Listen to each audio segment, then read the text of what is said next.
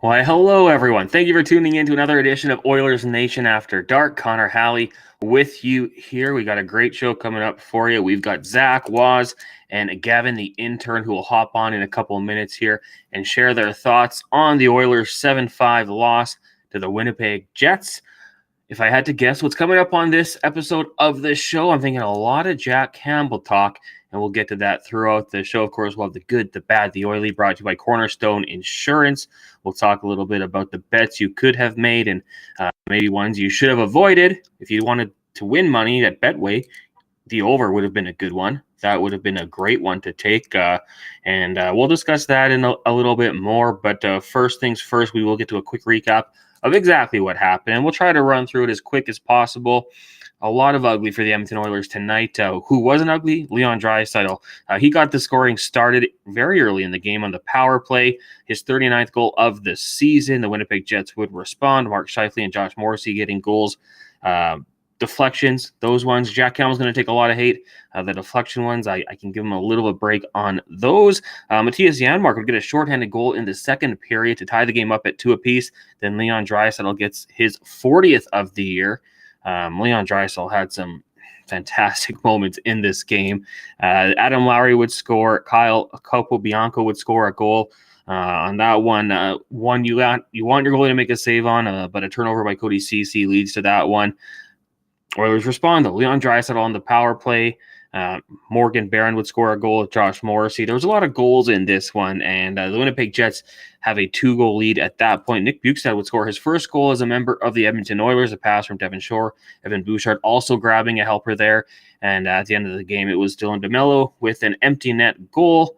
Oilers lose 7-5. Like I said, if you took the over at Betway, at least you benefited financially. The Edmonton Oilers, not exactly what they wanted to see, especially from their goaltender. There's going to be a lot of talk about Jack Campbell and what he brings to this team, especially the way he's played as of late and what the younger Stuart Skinner has been able to do as well. Right now, though, we'll kick things off. We'll get to the good, the bad, the oily, brought to you by Cornerstone Insurance.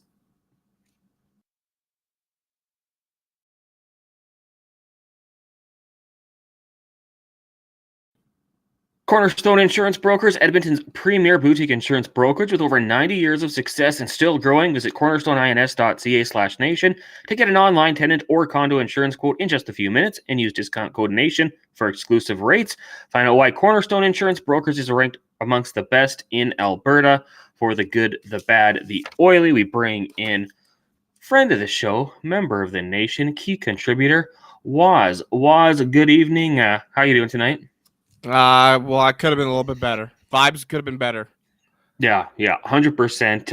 We're going to have Zach Laing joining us as well, and we'll get Gavin, the intern, in also. But we'll start off here, as we have to do, with the good. And the good tonight, I think offensive production is going to be the one we're going to go with here. And, I think it's a pretty safe bet. The Edmonton Oilers, they score 5 goals. You score 5 goals in the game, Leon Draisaitl gets the hat trick.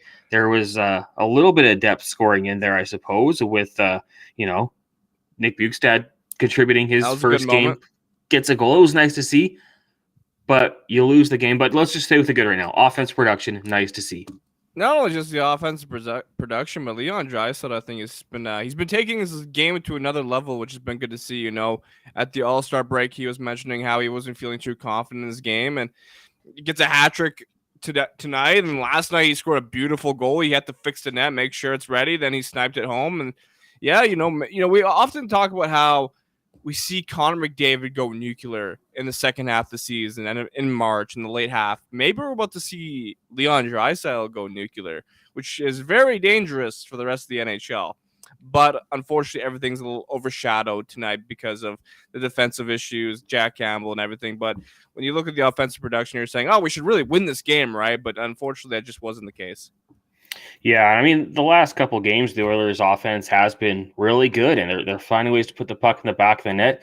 But Well, I'll just stop there. And now we'll get to the bad. And, it's hard to bring up the good without getting to the bad. But the bad tonight, we don't do this often here on Oilers Nation After Dark. It's a team game. But I think tonight you have to look at Jack Campbell and say, yeah, he was the bad. I said it already. There's a few goals that were deflected. I mean, Cody Ceci had a turnover on one of them.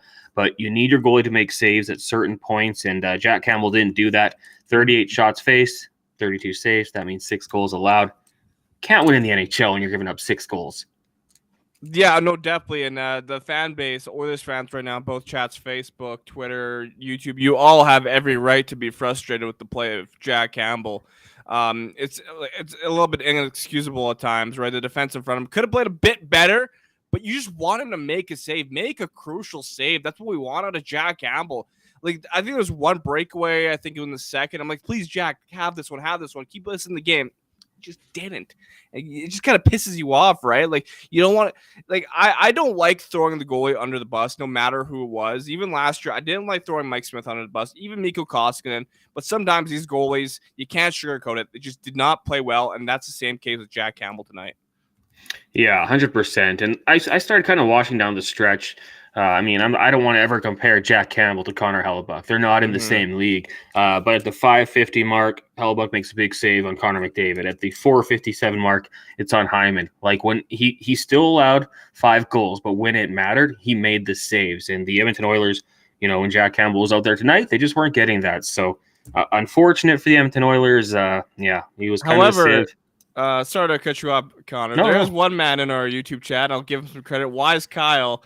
He is not a fan of the Jack Campbell slander, so it's good to see someone backing up Jack right now. So I give him credit to that.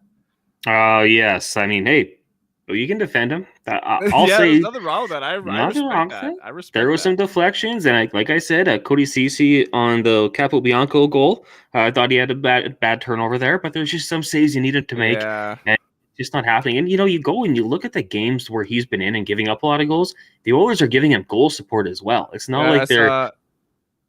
I was going to say, I saw some people in our chat saying, oh, we should have went for Jonathan Quick, but I'll be honest, Jonathan Quick has worse numbers than Jack Campbell's. So I don't know if he'd be an answer, honestly. So it's tough to say what would be the fix for Jack Campbell right now. I think he's got to figure it out himself in most of these games. And, I want January Jack back. That's what I want. Right? Like, he played great in January, and a lot of people will say, he had easy competition, but you got to stop pucks, and that's what he was doing in January. We got to find that Jack Campbell. I know we're in March now, and every game matters. Every point matters. Every save matters. So it's, you go from last night's game where we won 6-3, had a great time. We shut down the Winnipeg Jets, and then to this game, it's a complete opposite of what happened last night. Yeah, and you know what? Also on the YouTube chat here, Evan Bouchard getting a lot of flack as well. The shin pad assassin. Okay. I think he's fine. It's crucial moments. I think that's kind of you're going to remember, but yeah, I mean, he had his opportunities. I think he'll continue to grow in this role and more opportunity, but it's interesting. Calvin Pickard season, Tyler said. I don't know, maybe. Quick shout out to everyone watching on YouTube. Quickly here, we've got Davin, Loomis, Shred B4, Kyler, Jacob, Pradinsky, Cato, Loomis. If I've repeated people, I'm sorry. QF Pro, Tyler, Patrick. I don't see Rusty in there yet. I think Sean in Calgary's got to be in there. He retweeted us. Thank you for that. Rogan, hello, Rogan. And make sure you hit that like button. We're up to 97 viewers. So let's get 97 likes. Just quickly on the topic of Evan Bouchard. Yeah, I was a little annoyed at how he was just kind of firing it at will at the shin pads. I think it's a common theme. That's something I think he just has to be a little bit more patient with the puck. And I think that's just going to come with experience and time, right? So he is only, 23? So I don't know if that's, an excuse. But, yeah, we'll definitely get more into Evan Bouchard as the show goes on. Yeah, shot selection. That's what it is to me. Being a little more patient there, getting the shooting lanes should only get better with time. Mike on Facebook says, what's up? Hello, Mike. Thank you for tuning in. And Dakota, I think you nailed it. It was a fun game, but Campbell sucked the enjoyment out of the game. It was a fun game. If you're a neutral, fun game to watch. Yeah, you know what? If these two teams met in the playoffs, I we'd get some good entertainment value, and I don't hopefully. want to. I don't want to face the Winnipeg Jets in the playoffs. I still have trauma from that one series, so I'm okay. Yeah, that was a frustrating one. Okay, before we get to Zach, we'll quickly get to the Oily here, and for the Oily tonight, I got to go with Leon Draisaitl, the hat trick, Yeah. up to 41 goals on the season. A couple weeks ago, I made the bold prediction that he would finish top 3 in goals scored. I said it's going to be McDavid, Pasternak, and then Draisaitl. Leon Draisaitl's playing some great hockey right now after he did take a little bit of flack for a little while there, but good to see Leon Draisaitl pick up the offensive load there. Yeah, and I also think he's been playing a little bit better defensively as well, getting in the mix there. So it's just like I mentioned earlier. I think we're about to see another version of Leon Draisaitl that we haven't seen since maybe the playoffs. I don't know, because I'm excited to see Leon really just take his game to another level down the stretch here in March and into April. 100%. If he and McDavid keep ramping it up here into the playoffs, good things coming the Oilers' way.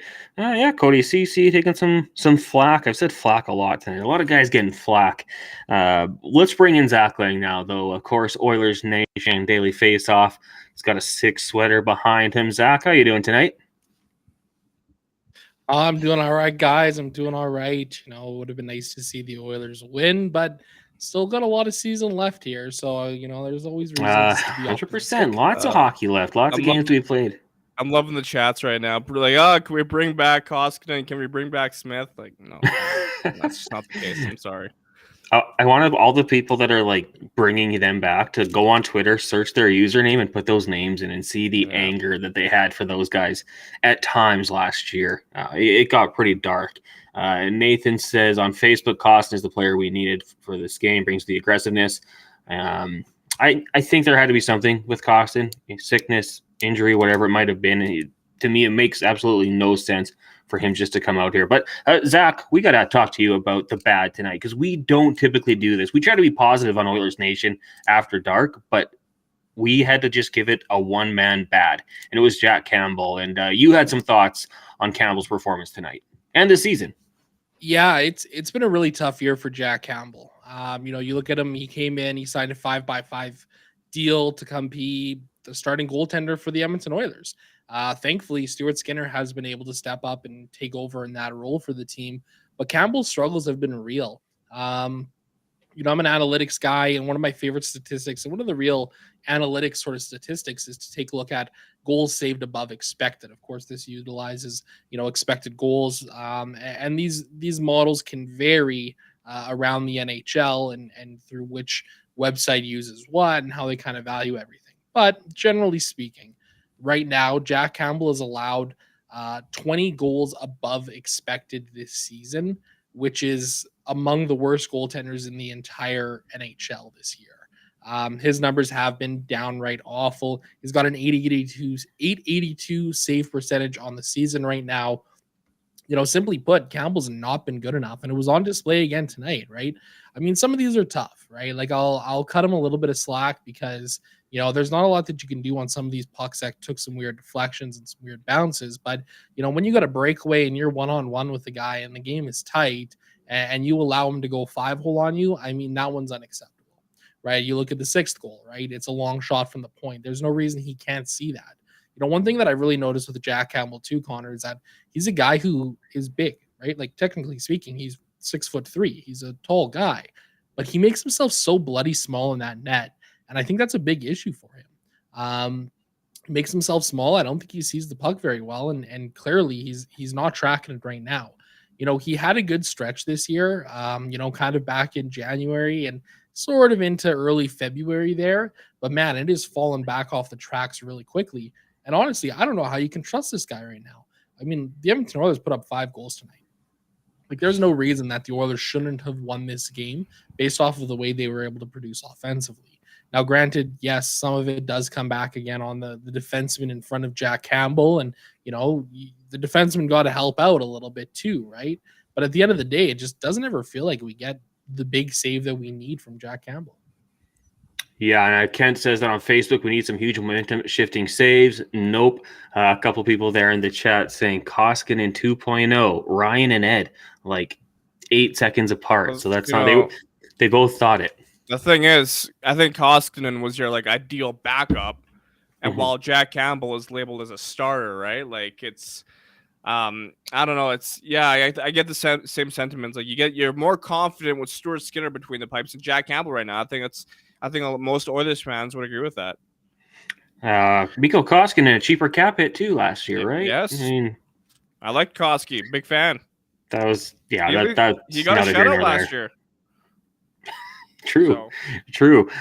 Some people are asking, I'm not necessarily entertaining this, but people are asking about down in Bakersfield. You've got Calvin Pickard. He's played 27 games, 2.80 goals against average, save percentage of .913, and then Olivier Rodrigue in 22 games played, 2.98 goals against average, 907 save percentage. For those who are wondering, I don't know, like Zach, what do you do here for Jack Campbell? Obviously, I think the easy answer is Stuart Skinner's got to be the guy, and you got to ride him. But is there a lack of trust when it comes to Jack Campbell when he's out there? Yeah, I mean, I think there's starting to be for sure. I mean, you take a look at the numbers, like I said, and they're abysmal, right? They're among the worst in the league. In the same breath, he did just sign a 5-year, $5 million contract, right? What kind of a message does it send if all of a sudden you're trying to kind of throw a parachute here and try and get out of it right now? Like, it's a tough situation to be in, right? Because if you look around the league and other team or other players see the Oilers go and trade away Jack Campbell this offseason or buy him out, which is very much a realistic option here, what kind of a message does that send to other players? Now, in the same breath, you take a look at the Oilers, and they're a team that's clearly trying to go all in right now and trying to do whatever they can to win. And Jack Campbell's not a guy that's helping the Edmonton Oilers win. Jack Campbell hasn't helped the Oilers win a game maybe all season. I mean, there's maybe a handful of games you can count on one hand where Jack Campbell was the reason that the Oilers won the game. It's just something that's not happening this season, right? There's not a lot of options right now. I mean, you could give him the Cal Peterson treatment, I suppose, and put him on waivers and send him down to the American League and have him go play for the Bakersfield Condors and try and rebuild some confidence. But you look at Cal Peterson, who's playing with the Kings. He signed a 3-year, $4 million deal ahead of this season, and his numbers have been terrible as well, right? Well, they haven't recalled Cal Peterson. Like, he's still down in the American League, right? So is Calvin Pickard really going to give you much better than what Jack Campbell is? I mean, I guess in theory you would hope so, but I'm not convinced because Cal Pickard is a guy who's been a career minor leaguer, right? Like he's never been able to really stick in the NHL level before, and I don't see why that would change now. Now, you get to the offseason and it's a different story, right? I mean, just to throw it out there, it's an 8-year buyout for Jack Campbell. It's a long time, but for the most part, the money is pretty tolerable around $1.5 million. There'd be 2 years where it would be 2.3 and 2.6 against the cap. But in the same breath, salary cap's going to go up like it's expected to in the next year or two here. That's kind of small number. And then, of course, Andre Sekera's buyout is coming off this year. Milan Lucic's salary retention is coming off this year. So logically, that's an option, right? But I don't know. It's a tough situation to be in for this team right now because I just don't think they can trust Campbell. Yeah, you mentioned it, 1.5, 1.1, 2.3, 2.6, 1.5, 1.5, 1.5, 1.5, 8 years. I mean, it might not be a good look, but maybe it would be an option. I don't know if it's going to happen. Waz, do you think they would consider buying out Jack Campbell after one season? Probably not. I mean, it would be probably one of those rare occurrences in NHL history. If you look around the league and through league history, how often has someone been bought out into their first year of a 5-year contract, especially when you're supposed to be considered a starting goalie, right? It just doesn't happen. It doesn't, unless this is going to be the one rare occurrence. It's doubtful. They're probably going to stick with Campbell, but right now in this moment, I think you have to treat Stuart Skinner as a starter and Campbell as the backup until Campbell finds some form, right? Like, I'm looking at the chat and I see Wise Kyle, and he's saying you're looking at this trying to blame someone rather than blaming the team and its systems in front of it. It's called confirmation bias. While you do have a point at the same time, I think Jack Campbell he could have saved some of those shots. I'm just saying, I think so. And I'm someone who does not like to blame the goalie. I always try to look at the team first, the team in front of him. Was the team really that terrible in front of Jack Campbell tonight? I'll say like the Cody Ceci turnover led to one, but deflections are going to happen. If I we're don't think they were looking at the- terrible. Yeah, like if we're looking at the team defense tonight, how bad was it from a scale of 1 to 10? Well, I don't think it was great. That's for sure. Mhm. I mean, you can always be asking more of your players to play defense, right? But at the end of the day, like there's one person out there on the ice whose job it is to save the puck and to stop the puck. And you need to get some big saves, right? I mean, you take a look at the scoring chances, the high danger chances, it was pretty much even both way at 5-on-5 all night long. Like that shows me that the Oilers were actually doing a relatively good job of defending tonight, right? The second period it got away from them a little bit, and you kind of see that reflected on the score sheet as well. But at the end of the day, like, yeah, I do agree to a certain extent that your defense has to play better, but let's not sit here and act like like we can absolve Jack Campbell of any of the issues that he's had this season. I think that's naive to do that, right? We can't just sit here and be like, oh well, we feel bad for the guy. Like, I mean, shit, they're paying him $5 million a year to stop the puck, and he's not stopping the puck. And let's be honest, Jack Campbell probably doesn't want you to feel sorry for him. He's like, yeah, I was. He probably knows he was bad tonight. Yeah, exactly. And Connor, you mentioned earlier too, like just like looking at like the length of the buyout. Who remembers the guy named Rick DiPietro, right? He signed a 15-year contract in 2006, and it got bought out in 2013-14. The New York Islanders are paying that guy $1.5 million until 2029, for God's sake. It's a 16-year buyout. He bought out 8 years of his contract. So it's not like there isn't precedent for a massive, significant, long-term buyout, a la what would be Jack Campbell. And in the same breath, too, we've seen Ken Holland be willing to lick his chops when he's made a mistake. Look what happened with Andreas Athanasiou, right? Like he didn't double down on Athanasiou, try and re-sign him and go for broke for a second run. It clearly didn't work out in his brief time here, and Ken Holland was willing to admit that, right? So it's going to be interesting to see. I think this really might be, one of the biggest tests of Ken Holland's career as a general manager. I will say the Josh Morrissey goal at the end of the second period, like you want to talk about goals you need your goalie to save, that's it. That's from the blue line. That's beats you blocker side. No one in front of the net. There's a clear vision on that one. Like you have to make that save at that crucial moment of the game. Quite disappointing. I wanted to ask you guys this one. That was before that. The reason the Oilers were on the penalty kill there was because Darnell Nurse took the extra penalty for fighting Lowry. Lowry was not the guy he wanted to, but did you think in that situation Darnell Nurse needed to fight? Waz, what do you think? I would say so, yeah. I think it shows your stand up for your captain, your teammates, and just giving a little bit of emotion. I think there's nothing wrong with that. The Oilers in general this year have been fighting a lot more, and I think Oilers fans are liking that. Like they want to see a little bit more physicality and a little bit more emotion out of especially their star players and someone like Darnell Nurse.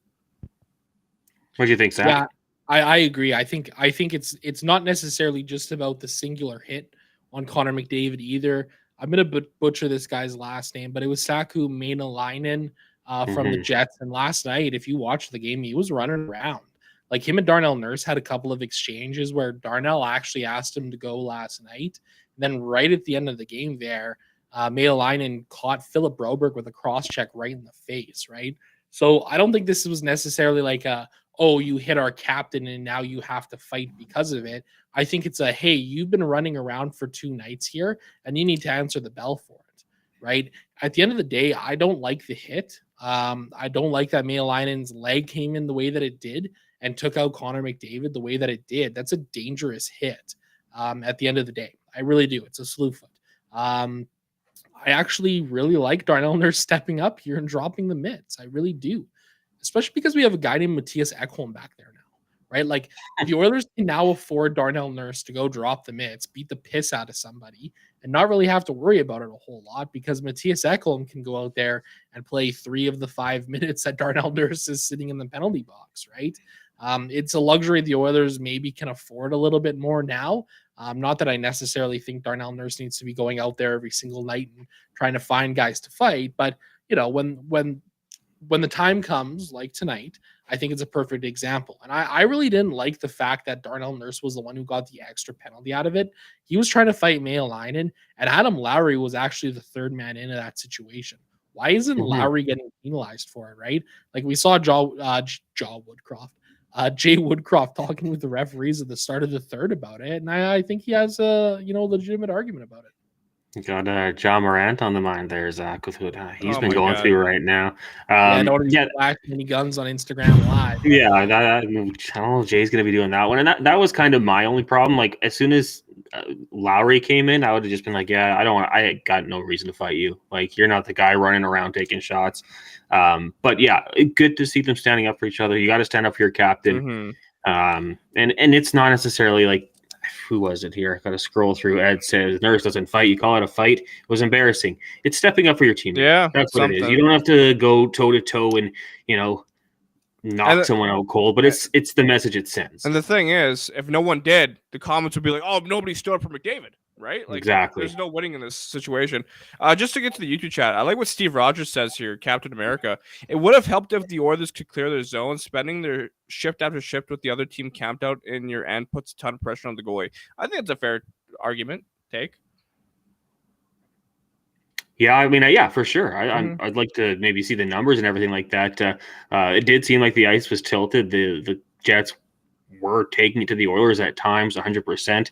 Yeah, I mean, I think that is a fair take. One question, I guess, is we're getting this up in our Facebook chat a little bit. I think Zach or you guys could answer this. How come Costin didn't play? We don't know. Yeah, no. Haven't seen a reason given ahead of the game. He was listed as a scratch. One forward had to come out of the lineup so that Nick Bukestad could draw in. I thought Costin should have been playing in this game, given how kind of fiery it ended up being last night. Maybe got a little bit banged up, and we just don't know about it. Yeah, I think that has to be it because, I mean, just looking at Devin Shore, I mean, he played 9 minutes. Like, he wasn't heavily utilized. I think Costin, especially just with the animosity that had built up in that game, there's no reason to take Liam Costin out of the lineup with what he brings. So I think something had to pop up, whether it was an injury or illness, something like that. Yeah. That's the only way you can justify it. But Jay Woodcroft is a football coach coaching hockey. He's going to keep it tight. He's not going to tell us anything like that. Everything's going to be on a need-to-know basis. So I wouldn't expect him to say much tonight either. How about, trying to let's get away from the negatives. Who's one Oiler that kind of maybe shined in your opinion, surprised you a bit, not named Leon Draisaitl? Who's kind of one that's like, I thought he played well. Zach, you want to go first? Yeah. I mean, I thought Ryan Nugent-Hopkins had another really good game. Just kind of carrying it over from last night. I mean, wow, this guy, what an incredible season he's having, right? He ended up with an assist here tonight. He's now up to 78 points on the year, 22 points away from 100. Who could have ever seen this coming from a guy like Nugent-Hopkins? I mean, we always talked years and years, and I know Coombsy was talking about this a little bit last night about, Nugent-Hopkins being just a very cerebral player, just a very smart guy out there on the ice. But he's taken his game to a new level and found some offense that, I don't think any of us really ever expected from him, right? He's playing some really good hockey right now, and, Waz, you mentioned earlier about the league needs to be scared about Leon Draisaitl down the stretch. I mean, I think it's time the NHL starts putting some respect on Ryan Nugent-Hopkins' name. Oh, yeah, 100%. That was the name I had too. I shouldn't have let you go first, Zach. I mean, the shorty where he breaks up the play, goes the other way. Last night's game, same sort of thing where he gets back, gets on his horse, breaks up the 2-on-1, and then finds Yamamoto over the breakaway. Just such a complete game. Yeah, it's so nice to see. And then, you mix in the fighting and the 4-point nice. Like, he's truly been probably the best story for this Oilers team. And that's with, Hyman having career years. McDavid scoring, who knows how many he's going to score. Connor, they're only having good years because of Connor McDavid. That's why. They're only because of Connor and the power play. Right? How many players have been on Connor's wing have done nothing, right? Like, there have been so many players we've tried to put on Connor. Hey, is this gonna work? Is this gonna work? No. But Nuge, Hyman, they're not having career years because of Connor McDavid. They're having career years because they're very good hockey players. Yeah. I mean, hey, that's why Curry, Messier, those guys only had success because of Gretzky, right? Paul Coffey, it was only Gretzky. Not that they were hell of players. I think we should, also mention Nick Bukestad, right? Making his NHL debut, making his debut with the Edmonton Oilers. Played in game number 600, scoring a goal as well. I thought that was really nice to see for him. I think he's a guy who's going to take a little bit more time to kind of adjust into the lineup right now. Playing 11 and 7 as a forward is definitely, I think, a little bit different than playing it as a defenseman. He played 11-28 at 5-on-5. Oilers controlled 42% of the shot attempts with him on the ice, only 25% of the scoring chances, 1-1 in goals with him on the ice. I liked the goal that he scored. I thought that was really nice to see, right? He's a guy who's provided some offense in a depth role this year for the Coyotes. So I thought it was pretty nice to see him kind of carrying that over and getting on the board in his first game. Yeah, I mean, he's not going to be like Matthias Ekholm where he's going to play 20-plus minutes a night, and you're going to notice him out there quite a bit. 13-37. If you want the stat line, a goal. He had 2 shots, a hit, 3 blocks, 50% in the face-off circle. So, yeah, maybe going to be tougher to evaluate than a defenseman like Matthias Ekholm, but I'm trying to find some post-game quotes from Jack Campbell. Supposedly he's very hard on himself. No surprise. He typically is. He is, yeah. I also would like to give love to Tyson Barrie, who also scored for the Nashville Predators. So shout out to him. Oh, Shout too out soon, Tyson. Waz. Yeah. We got Dante bringing it up a couple times on Facebook. When's Kane coming back? Ken Holland said in his presser that Kane made the trip. He's not going to play Monday, but somewhere around Boston or Toronto. I'm sure with the rib injury, they're going to be cautious, but he'll be back soon. Not Monday in Buffalo. Good. One question I would like to have you guys answer. Why wasn't Campbell pulled, you think? I thought maybe after goal 5 or 4, heading into the third, that he may have been pulled, but Woodcroft just kept him in there. Do you think pulling him would have worsened his confidence? What was the reason behind that, you think? Connor, you want to go first? You know what? From what I think, I have a belief that he comes from the Todd McClellan coaching tree, and I feel like Todd McClellan always liked to give his guys a chance to redeem themselves and find a way to get back into it. We saw it a lot even with Dave Tippett. Mike Smith could have a bad game and he'd go right back with him. I think that's what it might have been, trying to get help him out, get his confidence back. But that's the only reason I can really think about it. I thought Stuart Skinner might get the nod going out, and maybe it's more so Jack Campbell, hey, this is yours, finish it up, and Skinner should be out there on Monday against Buffalo. But yeah, I didn't necessarily like that decision. Yeah, I think for me, my perspective is kind of the same as yours, Connor. I think you just kind of got to let him ride it out. I mean, you think about where the Oilers are right now. They pretty much have a playoff spot locked up, right? We more or less know who the playoff teams are here in the West. And hey, you know what? If the Oilers let the Jets win a game here, it kind of helps push Calgary a little bit further away from being in a playoff spot. So maybe there's some big conspiracy here going on, where Jay Woodcroft is like, oh, you know what? Jack Campbell is the worst of the 2 goaltenders, and we're going to keep him in there so that the Jets can win this game. And never mind. That's not actually what they're thinking, but I do. it would be kind of cool. I do I think realistically, though, they're probably going to want to go with Skinner 3 games this week, right? Buffalo on Monday, Boston Thursday, Saturday night in Toronto. Those are 3 big games for the team right here. That's kind of my thinking on it, I guess. I like how Dante Fox brings on Facebook. Have you ever thought that we could use a new goalie coach? That's always brought around whenever our goalies underperform. The goalie coach, and I never really have an answer for that. How much of an impact does that really play right now? Stuart Skinner is the Edmonton Oilers starting goaltender and was drafted into this organization in the middle of Dustin Schwartz's tenure. So evidently something must be going right in the goalie ranks for the Oilers if they were able to draft and develop Stuart Skinner into being the starting goaltender that he is right now. And that's all I'm going to say about that. I don't entirely disagree with that notion. I think that tenure is a thing that can definitely play into things. But at the end of the day, Stuart Skinner is the Oilers starting goaltender and has been drafted and developed by this team, while Dustin Schwartz has been the head goaltending coach. So evidently along the way, something has gone right. YouTube not happy with the potential that Woodcroft worried about Campbell's feelings. I don't know if it's feelings, maybe confidence, getting him to try to fight it out and try to get the win, make the save he needed to. Obviously, he didn't. The Oilers lost the game, so it didn't work out. there's no guarantees that Stuart Skinner goes in there in the third period and you win the game. Like, that's not a lock to happen either. So I don't know. A lot of people also saying Matt Berlin. You need to bring the Berlin wall back. He is the key to victory. We shall see. Oilers heading out of Winnipeg, as it is known. They don't have an airport, so they're probably hooking up with AMA Travel to find a way to get to Buffalo. AMA is probably hooking them up, maybe a private jet, maybe from, is it North Dakota they have to bus to? I think they have to bus back to Fargo tonight and then get on a plane to head out to Buffalo. Well, AMA Travel is going to help them. Check out AMA Travel. Proud people that are supporting the Nation Vacation out in Toronto next weekend. If you're going to be out there, meet up with the Oilers Nation guys. It'll be a lot of fun, very classy as well. And then I should mention Betway as well. Like I said, hey, maybe you bet the over tonight and you lost the game, but you won the bet, so it takes a little bit of the sting away for the Edmonton Oilers, though, tonight.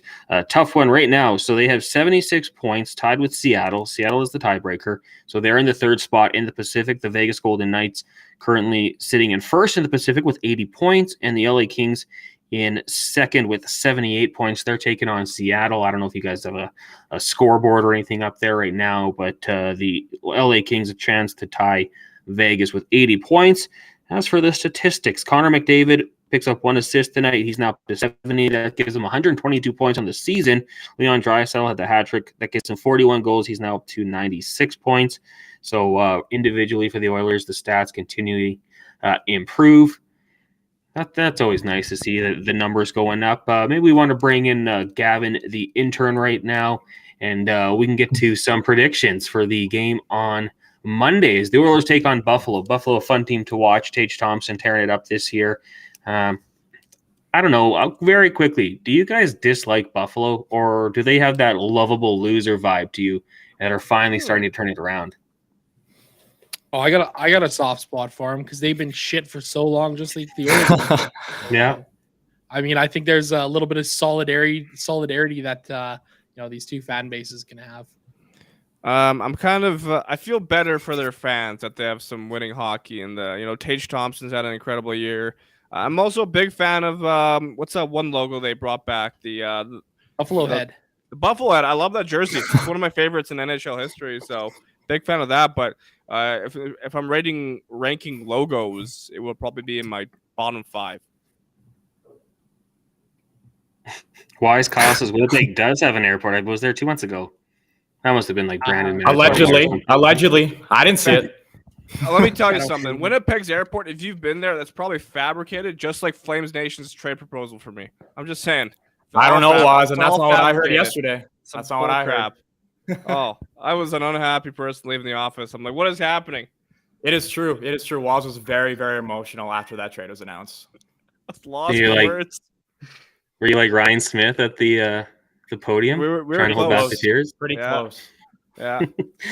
Okay, guys. Well, let's look ahead here. The Oilers, obviously, like we've mentioned, in Buffalo, AMA Travel, finding a way to get them there. I will start. Wrong way. Okay, we're going to start with Gavin, the intern.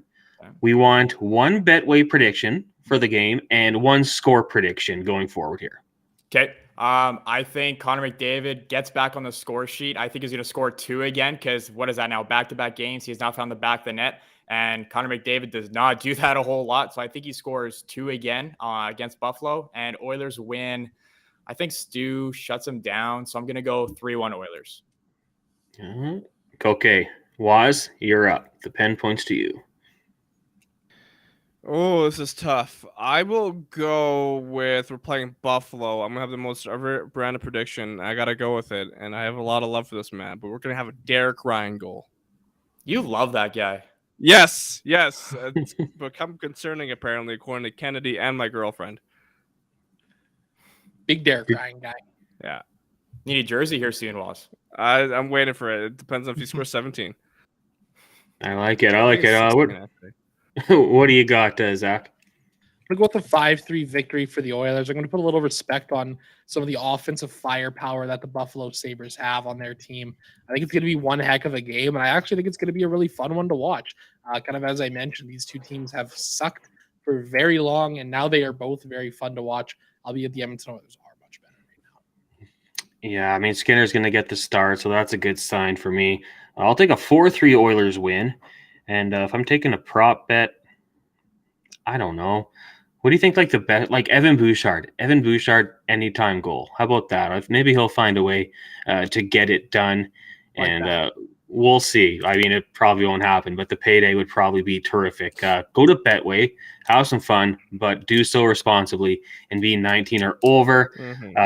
One last thing before we wrap up here, and the report came out during the intermission. Elliot Friedman saying that the Edmonton Oilers were reportedly in on Timo Meier.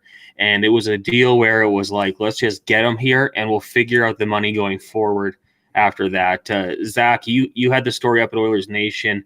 What did you think about that report? Quite frankly, it's fascinating to think about the Edmonton Oilers wanting to get a guy like Timo Meier.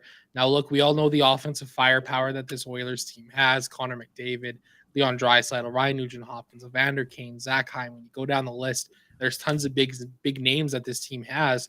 I think it's really interesting they were trying to add Meier. Now, he's a big body. He can shoot the puck.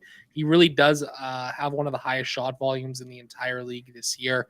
3 times in his career, he's been a 30-goal scorer, a 5-time 20-goal scorer. I think it's interesting that they were looking to add some more offensive punch to their team. Now, he is an RFA at the end of this season, due a $10 million qualifying offer.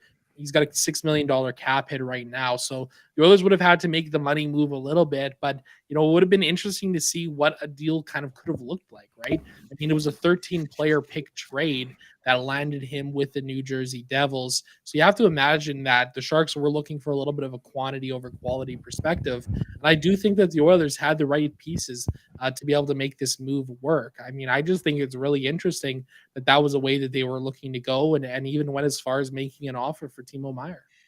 So the article's up at Oilers Nation. Waz, what do you think about that report? And would you have liked it? I mean, it does show that Ken Holland was looking around, trying to make moves. I'm generally glad that trade did not happen. I honestly am one of those guys. I feel like we do not need an extra forward. Maybe on the right side, yes, but not someone like Timo Meier. That would have probably cost us way too much. I'm really happy that we went for Matthias Ekholm instead. He's the type of defender that I've been wanting on the Oilers blue line. And it's interesting. Also, yesterday during Daily Faceoffs Live, Tyson Barrie was on, and he mentioned something about Erik Karlsson. How like there was traction. So the Oilers had a lot of discussions with the San Jose Sharks, which is interesting. I will say I do believe Ken Holland does his due diligence, even if people want to rip on him. I do believe he was working. Makes those phone calls, as we seeing said. Who's out there. Yeah, 100%. Ken was cooking. He cooks. Gavin, you get the last say on this one. Would you have liked that move? Like, I guess like it makes sense at the time, obviously, because obviously Evander Kane was dealing with some injuries. Yamamoto was as well, but kind of the same thing. We got Matthias Ekholm, and I think he's a perfect fit for the Edmonton Oilers. And it shows like over the last 3 games, you got the win with him in the lineup. So I'm extremely glad Holland made the move that he did to bring in Ekholm. So yeah, of course, Meier would have been nice because it's just that sexy name that we could have brought in. But I absolutely love the move that Holland made to bring in Ekholm. So I'm going to stick with that.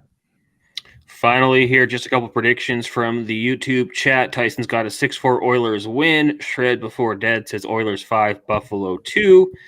Tyson also says McDavid scores twice and Nuge scores a goal. Ekholm scores his first. Oilers 7, Buffalo Eaton. We've also got, where's the other one? Kyle the Embalmer, Evan Bouchard, over under 6.5 shin pads hit. I don't like taking the under, but I'm taking the under on that one. Just one quick question for everybody in the chat, Facebook, YouTube, and also Ryan made an interesting comment. I bet the Oilers trade for Bedard and move the team to Italy. Don't think that's possible. But question for you all: do the Edmonton Oilers get a shutout this season? They don't have one. Yeah, that's a really interesting one, Was. I think at some point, like, you would hope that they would, but it wouldn't surprise me if they actually didn't. I mean, this is a team that is high flying both ways, offensively and defensively. Yeah. Maybe late in the season, the Oilers have some favorable matchups against San Jose and Anaheim. Who knows? Maybe they squeak one out then. Yeah, I kind of did a deep dive on this myself. So if the Oilers don't get a shutout in this regular season, this would be the first time that the Oilers don't get a shutout in a season since 1987. So I think right now we're on 295 days since the last Oilers shutout. So I'm hoping but kind of the same thing. If we're saving it for the playoffs, I will not. I would be more than okay with that. But yeah, if you look at the Oilers' schedule, we still have the Coyotes twice. We have Anaheim twice in April, the Sharks twice in April. So a lot of these like teams that are tanking for Bedard, maybe. Just looking here, the Oilers on only 3 occasions have allowed 1 goal. So only 3 times it's been where they've given up 1 goal. But I'm going to say they do it against the Coyotes. We'll probably just jinxed it there, but the Coyotes team is awful. Like, they got to find a way to shut it down. Why? It's just like maybe that's like their motive one game. Let's just shut it down. Let's get a goal early and then play defense and try to get 1 shutout for the goalies. Let's do it for the keeps. All right. Well, guys, fun show tonight. Really appreciate all of you. Zach, Waz, Gavin, thank you for all that you guys do.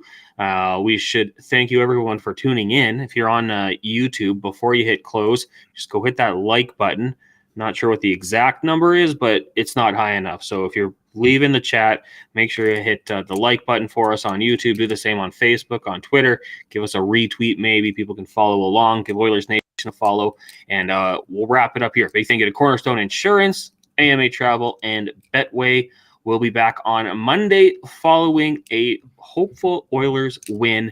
I'm Connor Halley. Thank you, guys. It's Oilersnation After Dark. We'll talk to you later.